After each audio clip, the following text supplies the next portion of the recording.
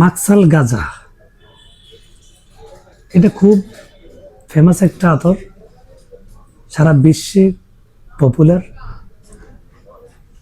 এক ভাই মেসেজে আমার প্রশ্ন করে যে ভাই মাকসাল গাঁজা কেমন, এটার একটা বৈশিষ্ট্য আমার একটু বলেন। তখন আমার এটা নিয়ে বলার চিন্তা করলাম যে না, এটা খুবই আমার আসা দরকার। তো এটা নিয়ে আজকে টপিকস মাকসাল গাঁজা।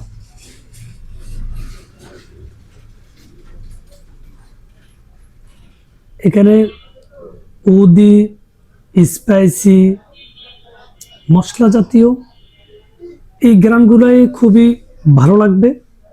এবং